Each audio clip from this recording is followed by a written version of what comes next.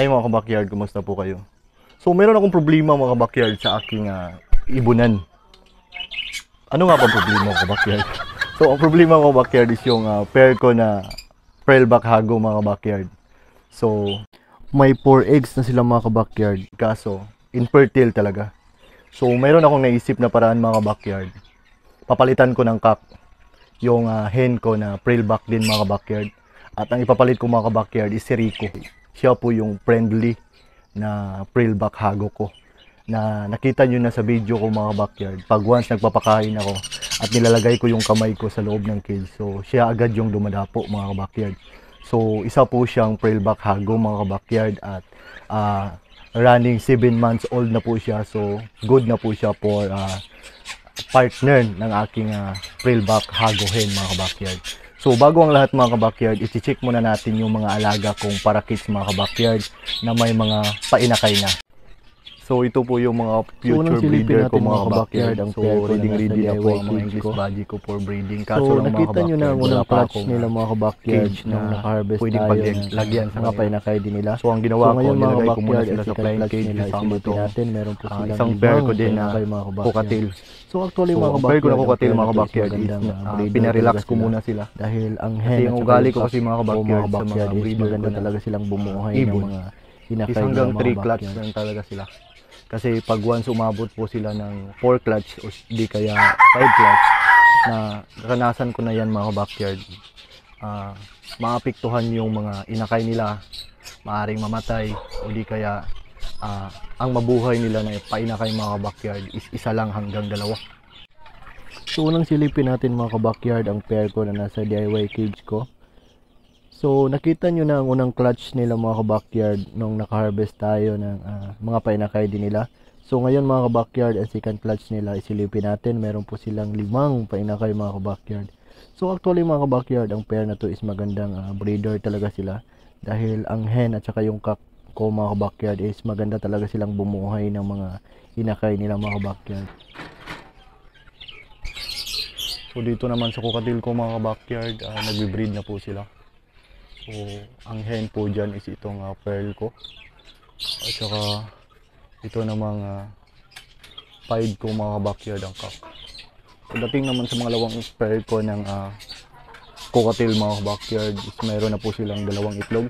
So ang cock po yung naglilimlim dito mga backyard. So palabasin muna natin para ma-check talaga natin kung ilan na yung itlog nila.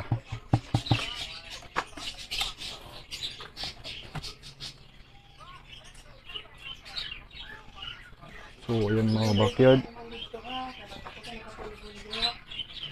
sa loob po yung cock. So may 2 itlog na mga backyard. So isarado na natin para hindi maistorbo yung paglilimlim ng aking cockatiel. So ayan, ang lulusog po mga backyard oh. So isarado natin mga backyard para hindi maistorbo. So proceed naman tayo dito sa aking cobalt blue mga backyard na parisan. So actually mga backyard, naka-harvest na ako ng isang bisis sa kanila. So ang clutch na ito mga backyard is pangalawang clutch na po nila. So ayan po yung hen. So mayroon din silang inakay mga backyard. So 1, 2, 3, 4. So may 4 po silang inakay mga backyard. So ang breeder na ito mga backyard is maganda din mag-alaga ng mga cage niya mga backyard. So huwag na natin masyadong patagalin ang pag-istorbo sa kanila para hindi sila ilang mga backyard. So ito naman yung mga hen ko na ready to breed mga backyard. Cage ko na lang inaantay ko para masalang ko na sila. So dito sa taas mga backyard, 3rd clutch na to ng pair ko. So ito po yung cock. At saka yan naman yung hen, yung pasilip-silip mga backyard. So open natin ng malaki para makita nyo ng maayos. So ayan mga backyard, kahit hindi pa tayo nag-open ng nest box, maingay na talagang loob. Kasi 6 yung mga inakay niya mga backyard. So ayan. So ayan mga backyard, ang ganda. So lapitan natin. So 1, 2, 3, 4. Ang isa nandun, at saka ang isa mga backyard is maliit pa yun, parang natatabunan siguro. So, sarado na natin mga backyard. At least nakita nyo at na-check natin kung ilan yung mga painakay ng aking pair na to.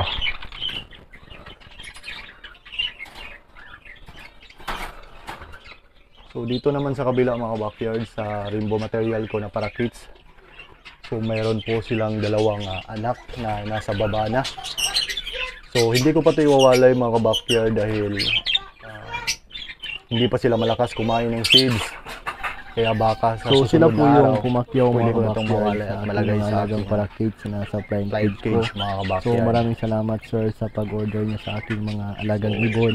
Nasa loob na po yung Bless hen. po So sa may ating isang lahat. itlog na po siya mga So, backyard. kahit mga kabakyan, Good breeder ko naubos talaga yung itong mga mga backyard. alaga Dahil ko meron para pa siyang sa sisiyo flying na cage, hindi mga na-harvest. kabakyan. Meron Blessed na pa rin siyang ako sa ating may itlog mga kabakyan na dahil kahit na sold out na yung mga alaga ko, inaalagaan happy sa pa rin nest ako box. dahil nakabahagi ako sa mga kaibigan So baka natin nagtataka gusto kayo mag-alaga ng kabackyard ibon. dahil Tsaka ngayon mga kabakyan, apat na lang ang natira ko dito. So So, actually mga kabackyard, ang apat nito is mga English budgie ko sila mga kabackyard. So baka nagtataka kayo kabackyard dahil apat na lang natira sa pride cage ko.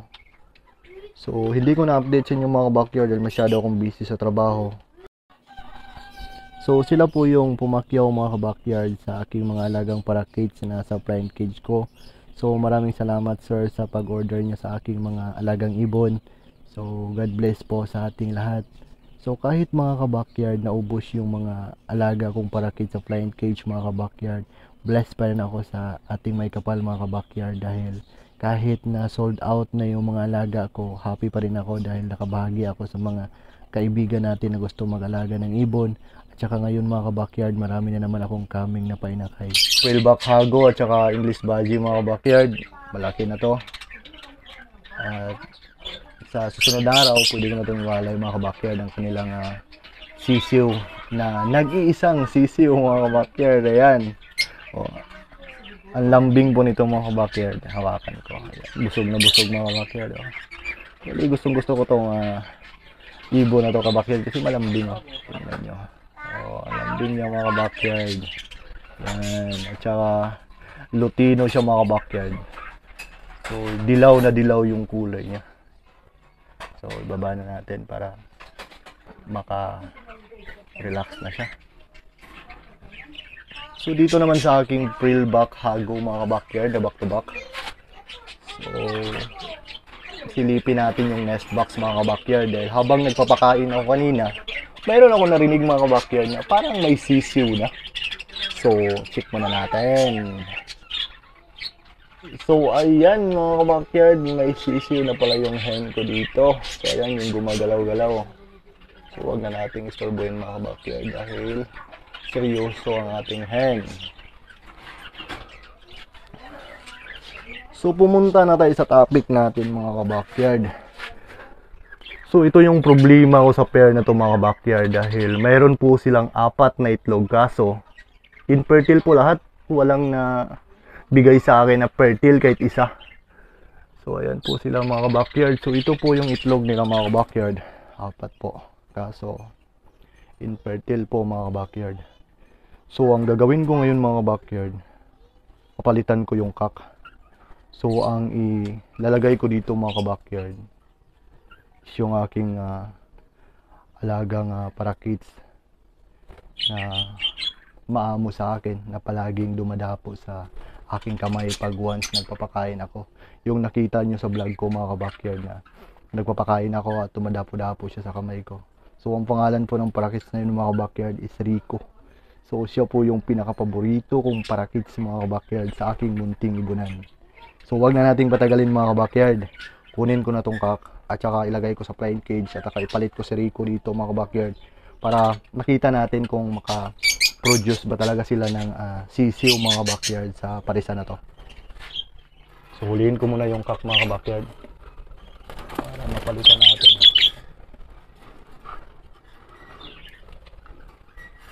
Actually mga backyard, maganda tong yellow face ko na to kasi double crested siya at saka incomplete po siya ng petal sa likod. Kaso ang problema ko mga backyard is walang fertile na ibibigay ang cock na to. So, ang gagawin ko, Ilalagay ko siya dito sa plain cage ko ng mga Prillback Hago. At saka ang kukunin ko mga backyard is si Rico. Si Rico po yung isang friendly ko na Prillback mga backyard. So ayan mga backyard, welcome natin si Rico. Rico, come here. Oh, ayan po si Rico mga backyard. Ang aking friendly na ibon. So ayan mga backyard, oh, dumadapo siya. Naglalaro sa aking kamay.